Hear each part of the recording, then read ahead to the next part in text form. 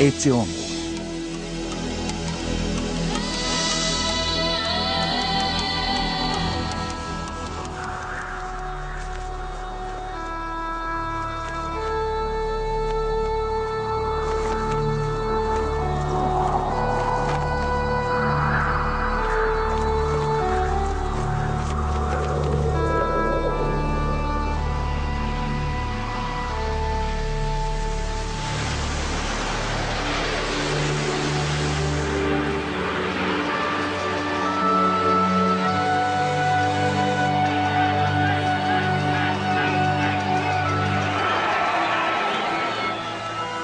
Os exemplos mais marcantes da importância da nacionalidade no mundo de hoje são demonstrações de fervor patriótico.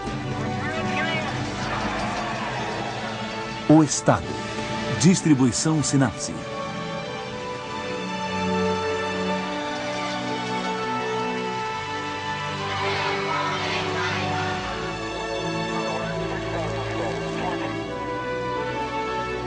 Hoje, a maioria das pessoas do mundo sente que pertence a uma nação, a um Estado. Na maioria dos países, o Estado organiza grandes obras públicas e oferece serviços.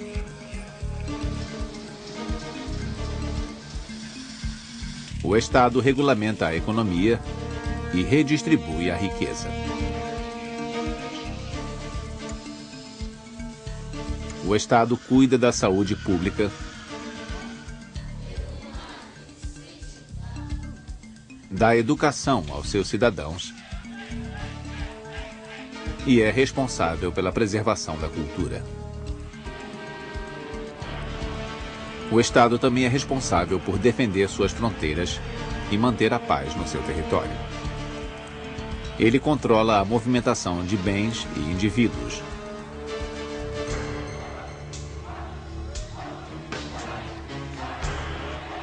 O Estado restringe a nossa liberdade ou nos protege da anarquia.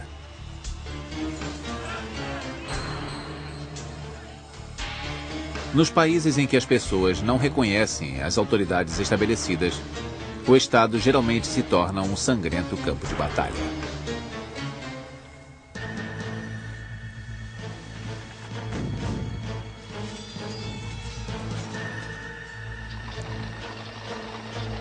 Guerras e conquistas determinaram as fronteiras do mundo como o conhecemos.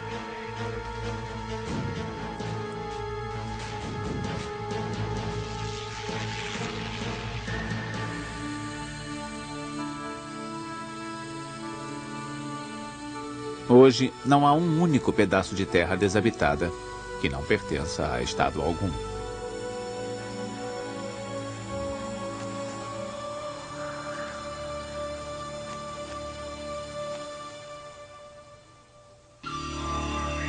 De cidade-estado a império.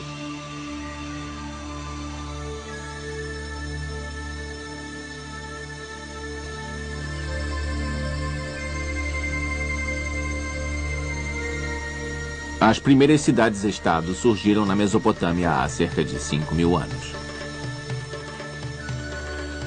Eram territórios com instituições públicas e poderes políticos estabelecidos. O aparecimento desses estados coincidiu com o desenvolvimento agrícola e a criação dos primeiros grandes sistemas de irrigação.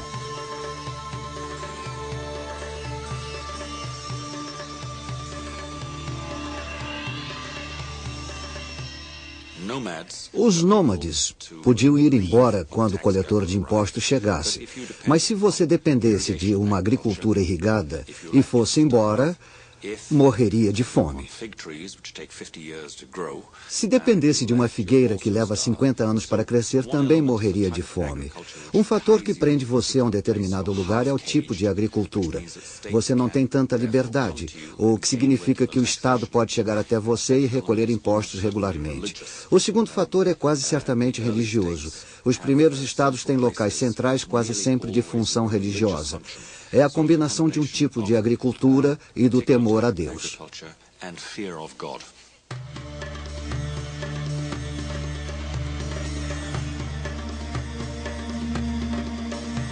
Os governantes das cidades-estado diziam representar os deuses na terra.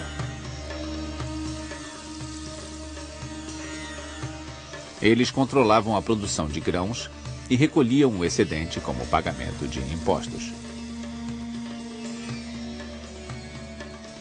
Com outras potências, eles negociavam os grãos em troca de metais preciosos, madeira ou pedras destinados à construção de monumentos, templos e palácios.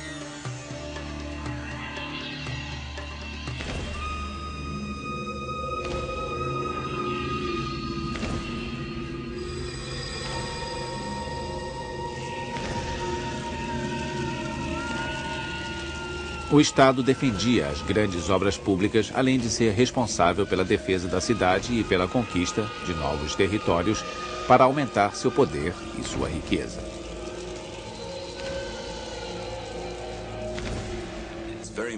É muito importante saber que os estados são máquinas de fazer guerras. De forma simples, até 1880, não havia estado no mundo que gastasse menos de 50% de seus recursos em armas e defesa.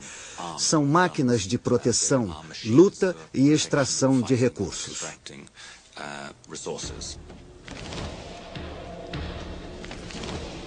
Desde a mais remota antiguidade, as cidades mais poderosas e bem organizadas subjugavam as mais fracas e rebaixavam seu povo a escravos.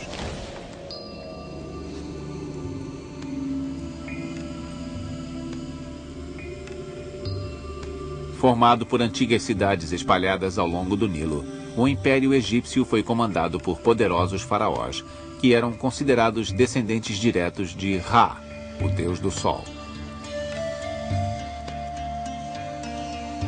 O vizir, um tipo de primeiro-ministro, organizava grandes projetos e era responsável pelo tesouro real. Ele comandava um exército de funcionários públicos. Esses funcionários registravam a população e garantiam que o poder central soubesse de tudo o que ocorresse no império.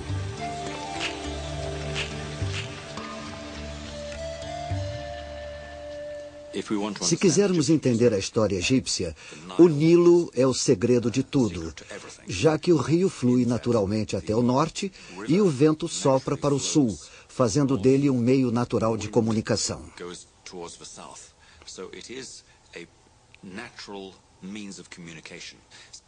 É muito importante saber disso. Na história, é muito difícil integrar grandes áreas para controlar territórios sem sistemas modernos de comunicação.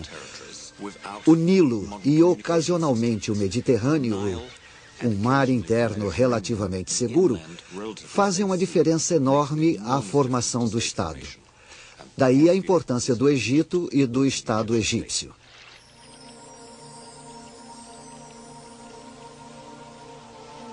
Por volta do ano 500 a.C., o mundo da Grécia Antiga foi dividido em mais de 200 cidades-estado que guerreavam constantemente. Nenhuma cidade era forte o bastante para conquistar as outras. Foi neste clima de conflito que nasceu a democracia em Atenas.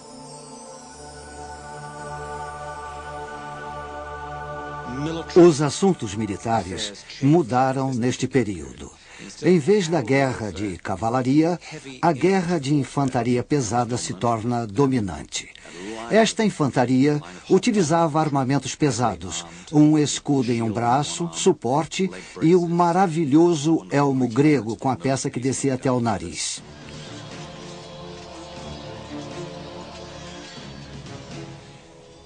Isto era uma mobilização militar popular. Não era só cavalaria aristocrática.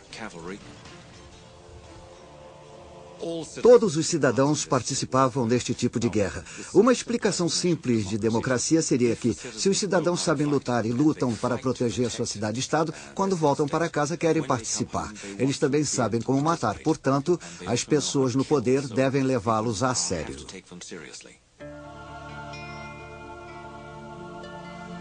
Com a democracia, posições importantes não eram mais reservadas a ricos dignatários. A partir de então, os líderes tiveram que ganhar apoio popular. Péricles, que era um bom orador, foi eleito 14 vezes em 30 anos. Nossa cidade é ótima. E o mundo inteiro nos manda seus produtos. E para aliviar a nossa fadiga, criamos várias diversões para a alma. Uma série interminável de competições e comemorações o ano inteiro. E construímos dependências luxuosas que nos dão prazer diariamente e eliminam a ansiedade.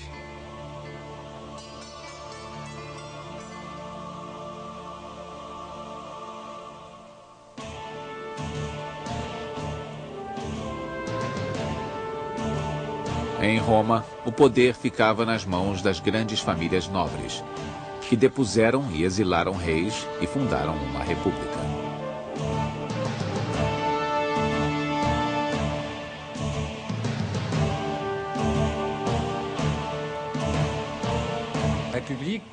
República vem da expressão latina res publica.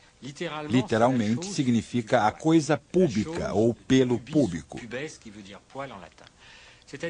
Ou seja, quando os jovens romanos atingiam a puberdade aos 16 anos, ganhavam a toga da virilidade, prestavam serviço militar e, em troca, ganhavam o direito de votar. Davam ao país alguns anos de sua vida e se tornavam cidadãos. A República era um governo tanto democrático quanto autoritário. O poder era partilhado pelos senadores da aristocracia romana e os magistrados e cônsules eram eleitos pelo povo. E o sistema durou 500 anos.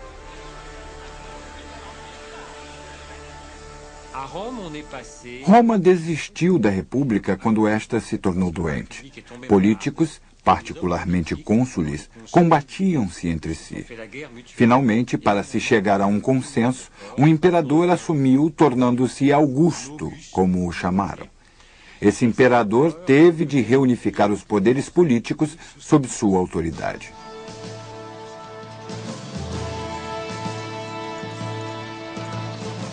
No ano 27 a.C., Octavius, o filho adotivo de Júlio César, que era um bom guerreiro, se autoproclamou imperador vitalício.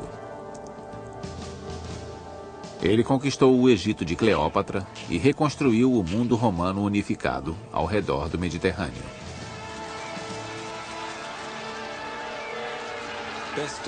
A melhor definição de império é o domínio político sobre sociedades dependentes. Mas isso não nos leva muito longe, pois precisamos compreender uma mudança ao pensar em impérios. Conhecemos exemplos no caso romano, no qual as pessoas queriam se unir a Roma, virar cidadãos romanos, achando que isso lhes traria a civilização. Em alguns pontos da história, os impérios podem ser vistos como progressivos.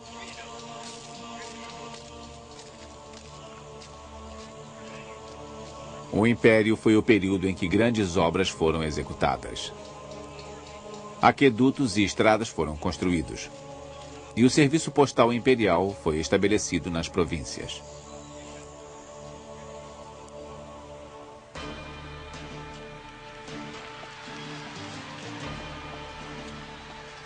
O imperador usava a força e a propaganda para permanecer no poder.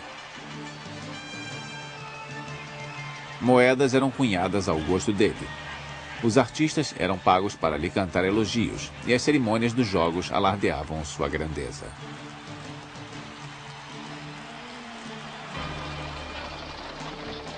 No século V, as tribos germânicas atacaram Roma, e os imperadores não conseguiram mais manter a paz no reino.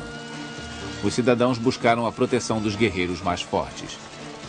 Era o final do Império Romano.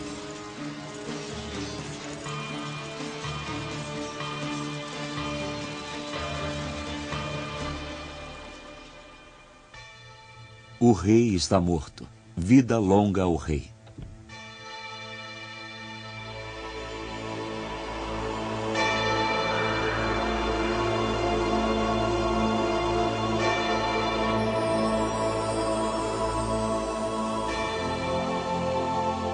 A A Igreja foi a única instituição romana que sobreviveu à Idade Média. Ela também teria papel decisivo na determinação de novas normas de poder no Ocidente. A Igreja foi até os invasores nômades. Escreveu leis para eles e deu início ao processo de unção do líder. A Igreja fez muito para transformar um líder tribal em um monarca europeu.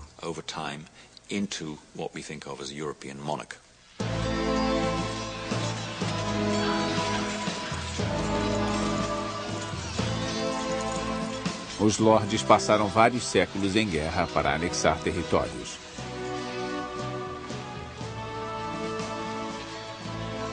O rei era apenas um lorde entre vários, mesmo que o título o colocasse no topo da hierarquia.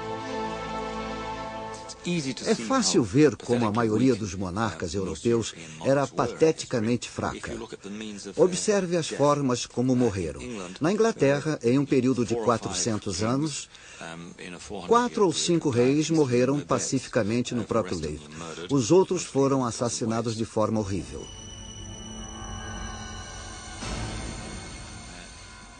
Os monarcas da Europa eram terrivelmente fracos. Não tinham meios regulares de obter uma renda tributável.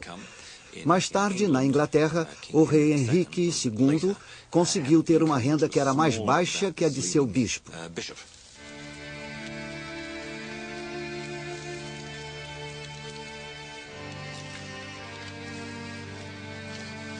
Sujeitos a uma pequena elite de lordes e cavalheiros, os camponeses levavam uma vida triste.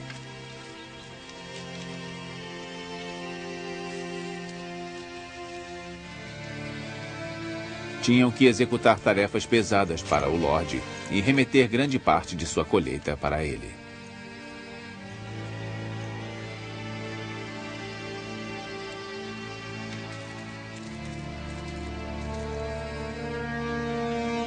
Quando os reis começaram a conseguir manter a paz em territórios maiores, os lordes perderam o papel de protetores.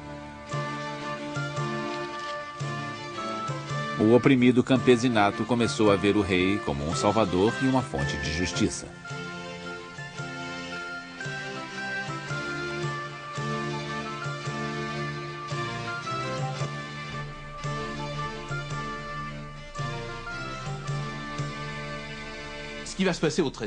No século XIII, os reis voltaram a ter poder. Na França, no início do século XIII, o rei era Filipe Augusto, que foi um ótimo rei. Na metade do século, outro rei fez história, o rei Luís IX. No final do século, foi Filipe, o Justo, outro grande rei. Com esses 3 nomes, podemos ver o verdadeiro poder real sendo reerguido. Com o rei sendo o chefe de Estado. Um Estado novo que exige poder político sobre o seu território. E para ele, e somente ele.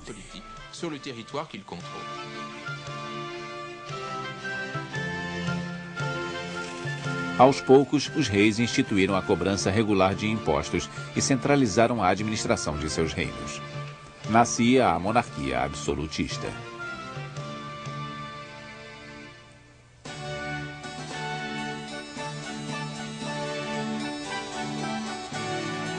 O sistema chegou ao auge com Luís XIV. O Rei Sol levou a personalidade real ao limite, fazendo deslumbrantes recepções e celebrações.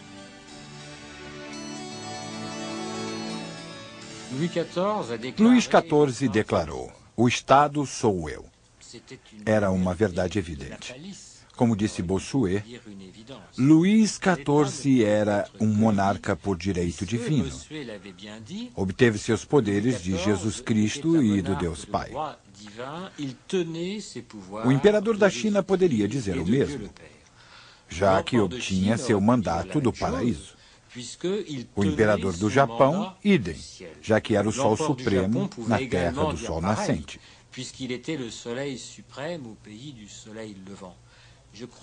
Acho que todo monarca pode alegar ser o Estado. Se quisermos construir um Estado coletivo, devemos admitir que nenhum homem é superior a outro. Isso exige uma sociedade secular ou laical. Não serão mais reconhecidos semideuses na Terra. Era o início da República.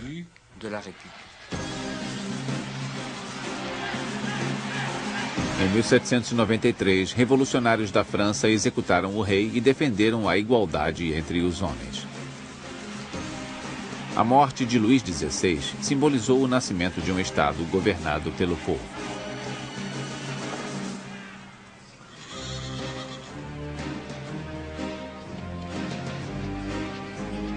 A Revolução Francesa abalou todas as monarquias europeias.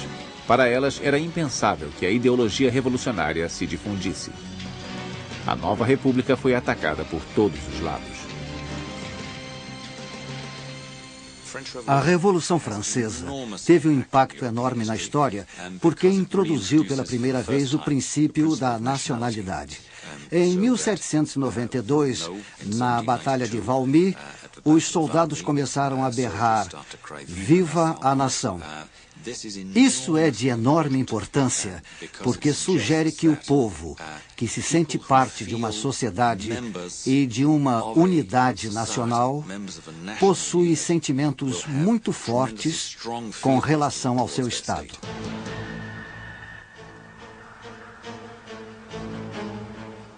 O início do século XIX foi chamado de Primavera dos Povos, porque o período viu diversas rebeliões nacionalistas surgindo.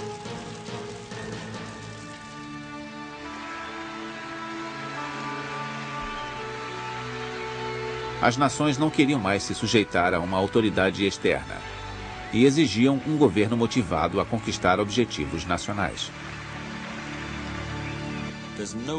Não existe um indicador único para a criação de uma nação. Ele pode ser religioso, como nas comunidades que se rebelaram contra o Império Otomano.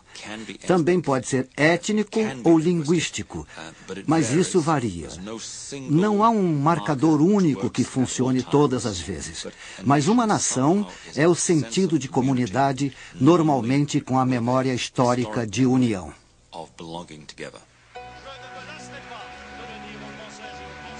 Com o nascimento da nação-estado, a humanidade começou a rumar em direção à democracia. O direito ao voto, antes reservado aos cidadãos ricos que pagavam impostos, gradualmente chegou aos proletários. Os grandes partidos políticos surgiram em meados do século XIX. Candidatos discursavam para as multidões, prometendo empregos e melhores condições de vida, em troca de votos.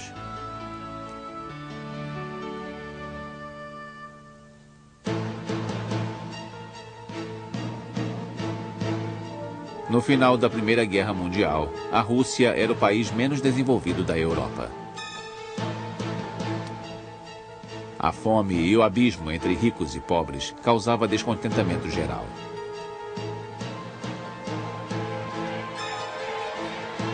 Liderados por Lenin, os comunistas assumiram o poder.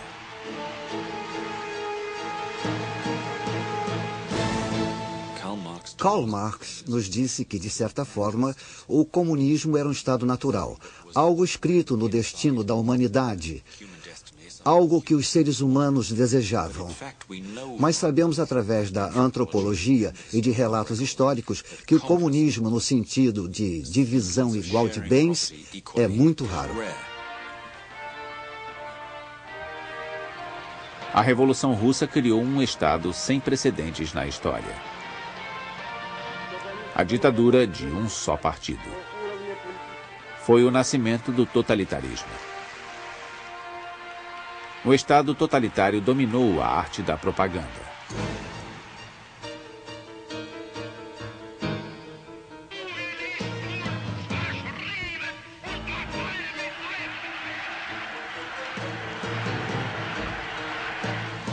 Ele exigia que os indivíduos não só obedecessem ao Estado, mas também pensassem como ele.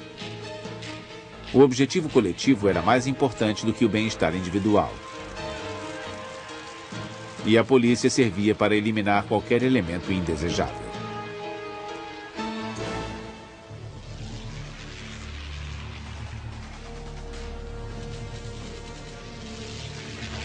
A Segunda Guerra Mundial marcou o fim do fascismo, mas deixou o mundo dividido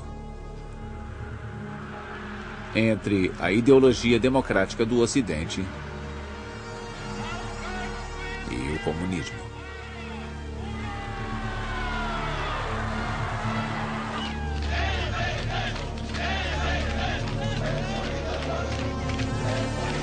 Em décadas recentes, a divergência popular no Bloco Leste contribuiu com a derrubada de vários governos.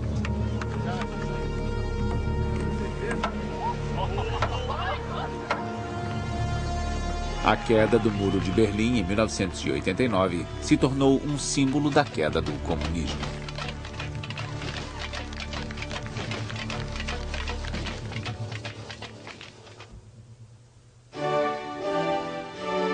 Estados do mundo.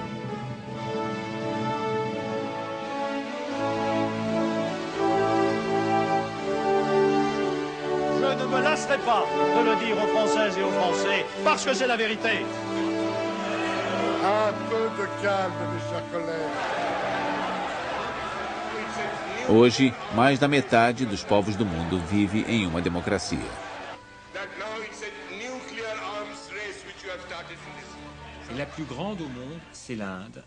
A maior democracia do mundo é a Índia, com 1 bilhão de pessoas. A Índia tem um congresso, um parlamento que parece o Congresso americano, e um governo que lembra o britânico, com um primeiro-ministro. A combinação das instituições britânica e americana funciona bem nesta democracia federal de 1 bilhão de pessoas, na qual cada estado tem amplos poderes à custa do Estado central. Au détriment de l'État central.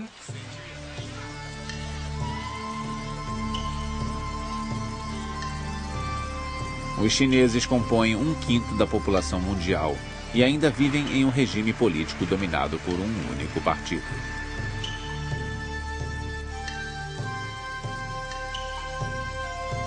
Desde os anos 70, os líderes chineses passaram por uma série de reformas econômicas.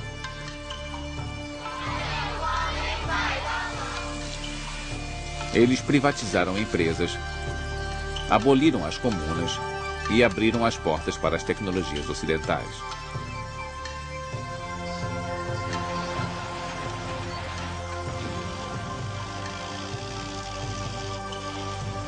Mas eles abafaram as vozes que clamavam por democracia.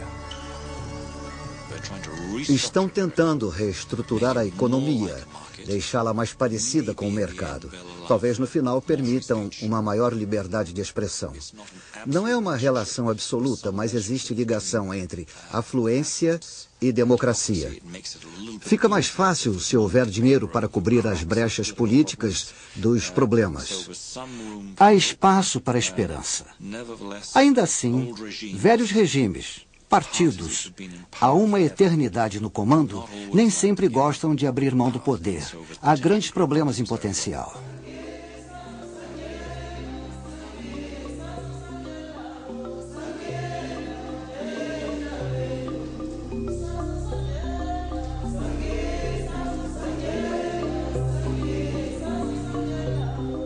Na África, o conceito de Estado-nação é estranho à história e à cultura locais.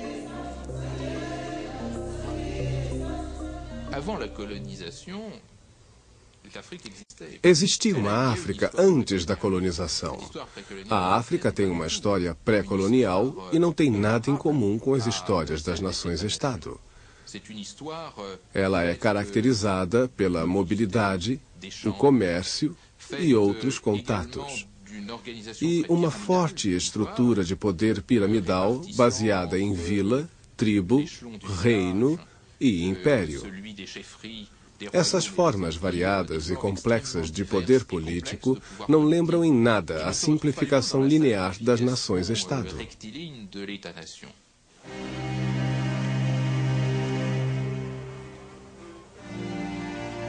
A Somália se tornou independente em 1960, mas ainda não conseguiu criar um Estado funcional que garanta a segurança de seus cidadãos. As regiões do país são comandadas por facções militares. O resultado são conflitos sangrentos agravados por condições econômicas desastrosas.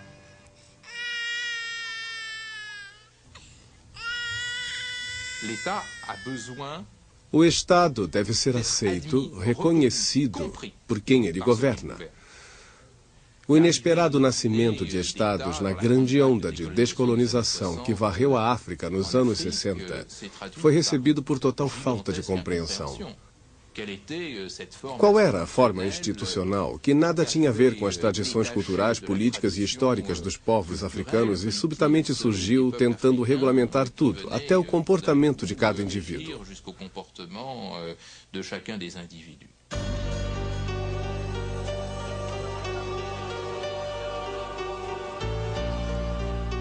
Os impérios coloniais estabeleceram estados com fronteiras artificiais.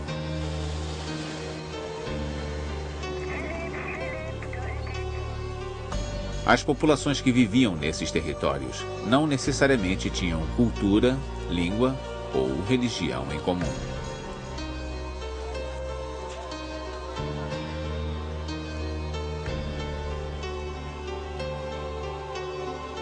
A rivalidade entre Hutus e Tutsis em Ruanda resultou em um genocídio com quase 1 milhão de vítimas.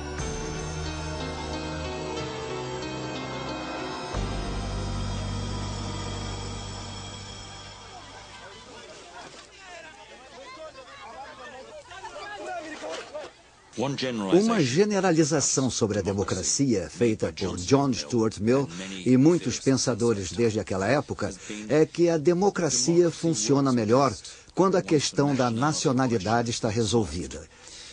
Se houver muitas suposições partilhadas, é mais fácil ter democracia. A democracia é um mundo em que nós nos amamos uns aos outros o bastante para poder discordar.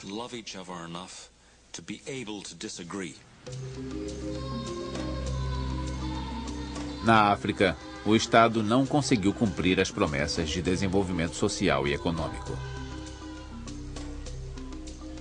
Ao invés de ver as condições de vida melhorarem, os cidadãos se viram dominados por líderes corruptos que se apropriavam de verbas públicas.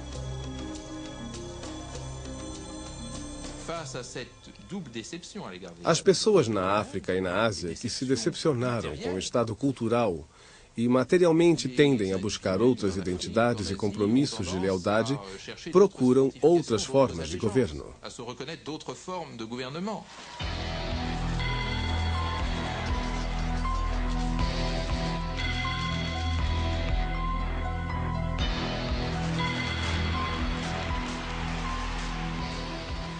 Hoje, em todo o mundo, as minorias exigem governos que defendam seus interesses.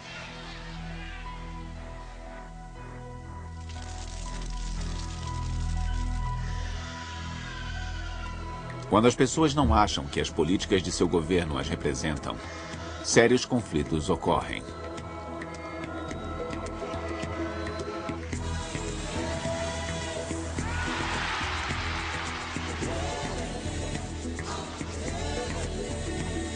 Tradicionalmente, uma nação era definida por sua cultura, a origem de seus habitantes ou a crença de que partilhem uma história em comum.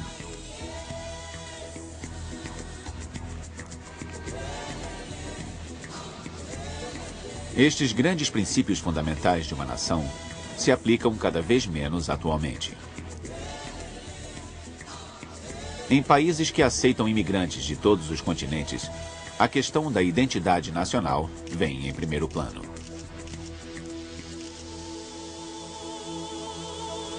A nação-estado está prestes a desaparecer ou está simplesmente se redefinindo?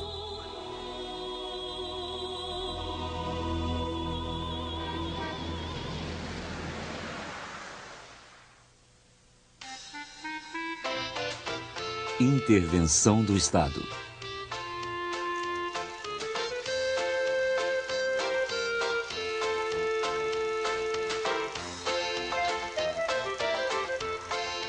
Nos 30 anos seguintes à Segunda Guerra Mundial, os países industrializados vivenciaram um crescimento estável da economia. Esta prosperidade permitiu ao Estado ser cada vez mais generoso com seus cidadãos.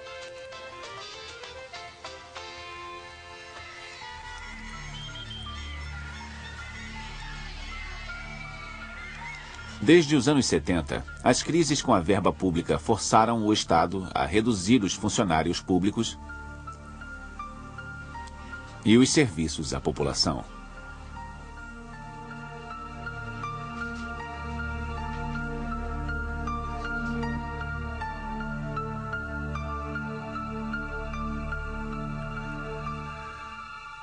Se olhar a proporção da renda nacional gasta pelo Estado, ela não mudou drasticamente em muitas nações na última década. A proporção na Suécia, um dos países que mais gastam com o bem-estar, passou de 3/4 para 2/3. E em países como os Estados Unidos, é mais baixa, cerca de 1/3, mas no geral as proporções não mudaram.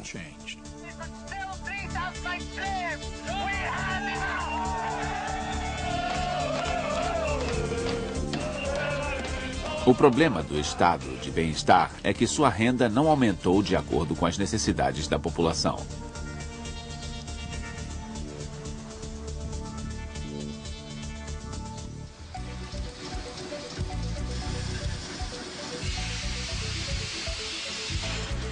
Hoje, os governos nacionais não podem mais controlar grandes multinacionais.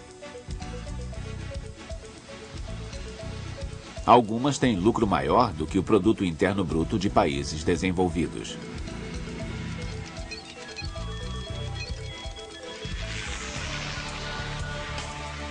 No mundo da globalização, o Estado não pode mais impor normas e proteger os trabalhadores.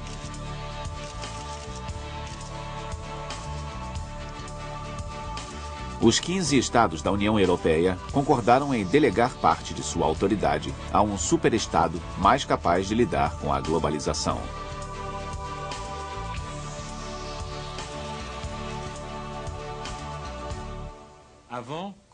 Antes, quando as coisas davam errado, pedia-se ajuda ao Estado. Hoje, na Europa, quando há um problema, você pede ajuda à comunidade europeia. Até quem perdeu o emprego fez protesto em Bruxelas em frente às agências da comunidade europeia, exigindo novos empregos.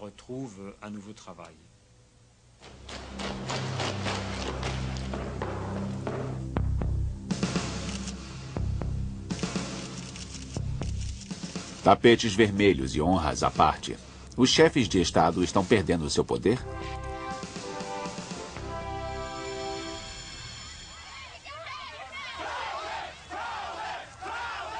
Mesmo dentro de suas fronteiras, lobbies poderosos impõem sua vontade a governos nacionais.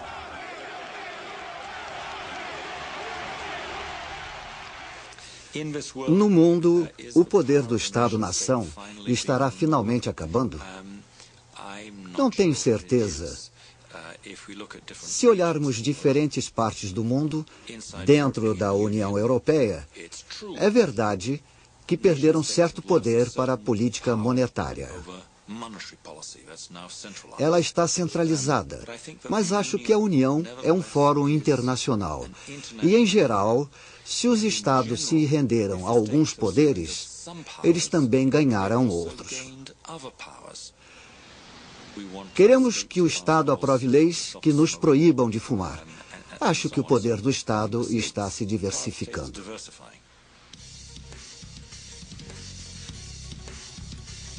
Com os governos aprovando cada vez mais leis, eles exercem mais controle sobre todos os aspectos da vida em sociedade.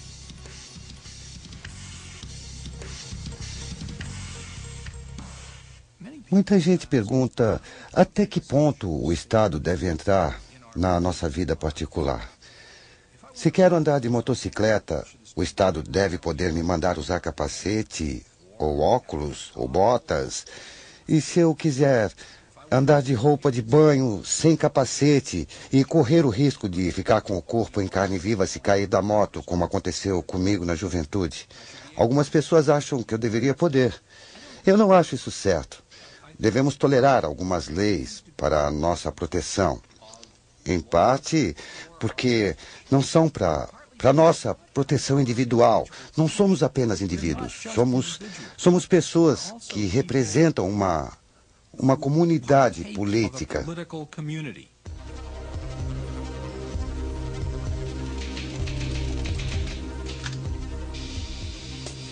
Hoje, o Estado reúne cada vez mais informações pessoais de cada cidadão.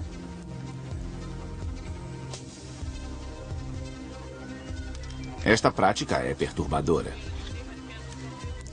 A intromissão do governo em nossa vida privada pode fugir ao controle?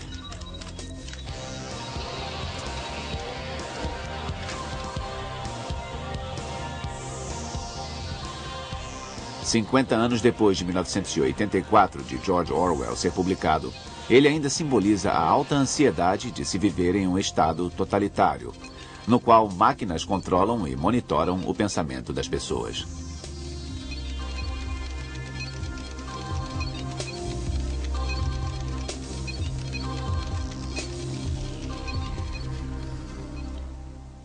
No livro 1984, de Orwell, havia câmeras de TV na casa das pessoas. Não havia privacidade.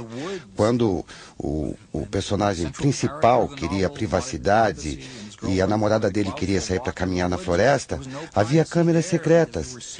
Nós não temos câmeras na casa das pessoas, nem em florestas. O mundo está bem menos autoritário do que nos anos 40 e 80.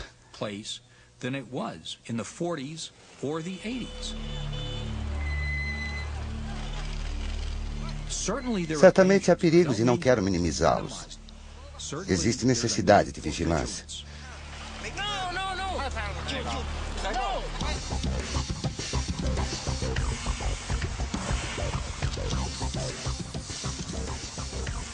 O Estado é sempre tido como um empecilho à liberdade.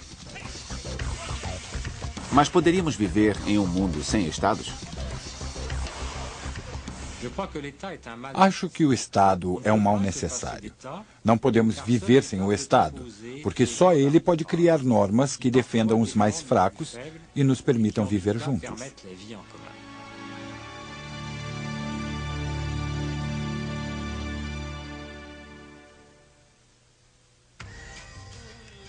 Um mundo, um Estado.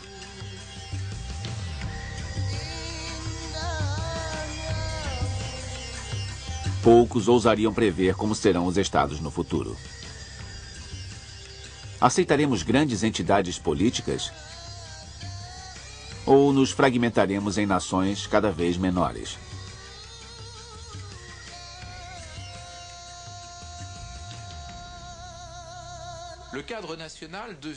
As nações hoje são muito pequenas ou muito grandes.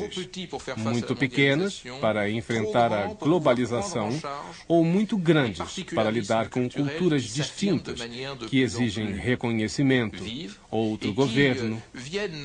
En quelque sorte, revendiquer une autre façon d'être gouverné, que ce soit le Chiapas, seja em Chiapas, no México, que ce soit, ou nas guerras civis crônicas de grandes países africanos como a Nigéria ou o Congo, o antigo Zaire, ou as guerras civis endêmicas que atingem muitas pessoas no Sul. Un très grand nombre de pays du Sud.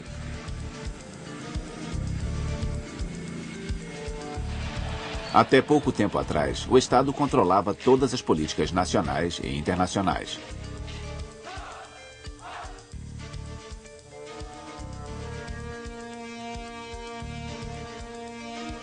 Hoje, as decisões geralmente dependem dos objetivos de grandes multinacionais.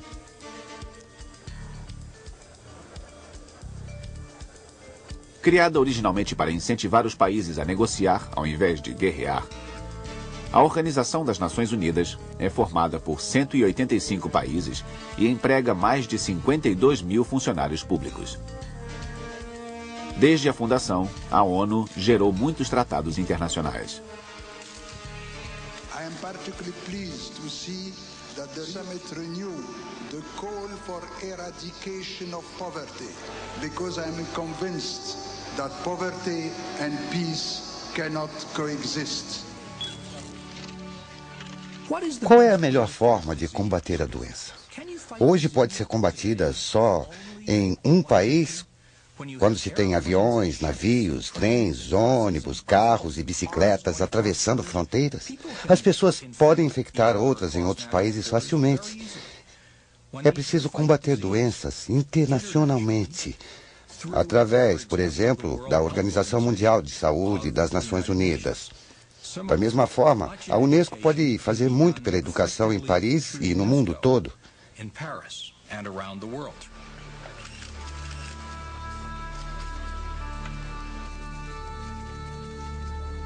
A globalização da economia está desgastando alguns poderes tradicionais do Estado. Hoje, as leis de comércio internacional dependem muito de tratados entre países ou da Organização Mundial do Comércio.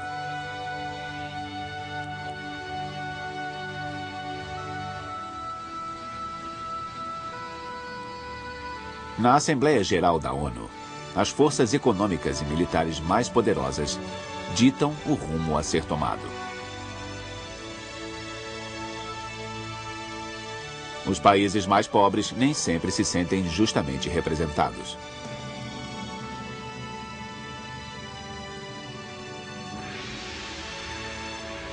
É possível imaginar um mundo em que cada habitante reconheça um governo mundial?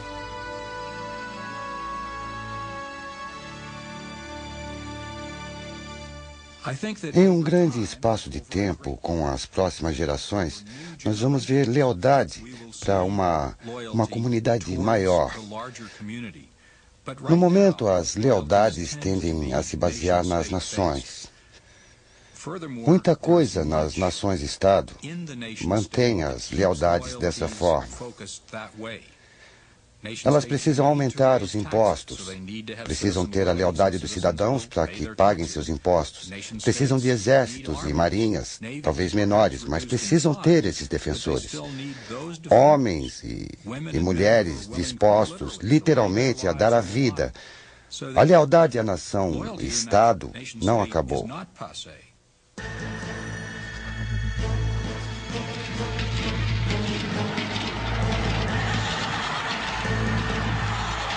Em toda a história, a humanidade tentou modificar a estrutura do Estado.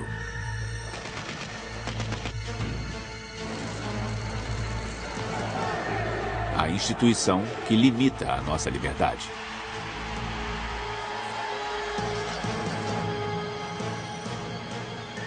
O povo ainda tem uma arma, a revolta. Rebelando-se, ele pode tomar de volta com uma mão o que deu com a outra poucos anos antes. A história teve períodos de monarquia e anarquia desde o início da política.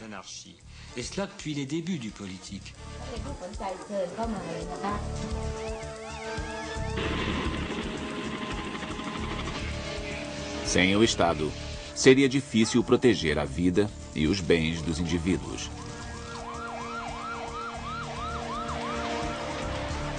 Nós teríamos que fazer nossas próprias leis. Apesar de todas as desvantagens da autocracia, da monarquia e das restrições impostas, as pessoas quase sempre se voltam e se submetem a alguma forma de poder. A longo prazo, a anarquia é pior do que o poder.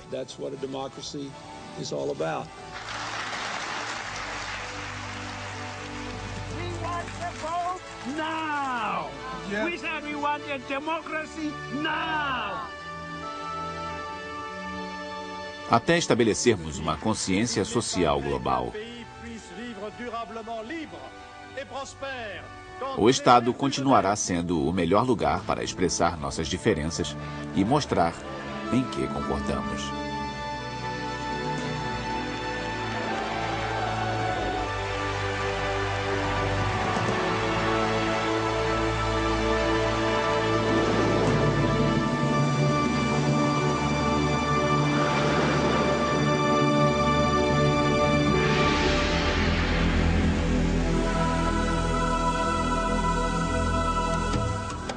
Versão brasileira, Audio News.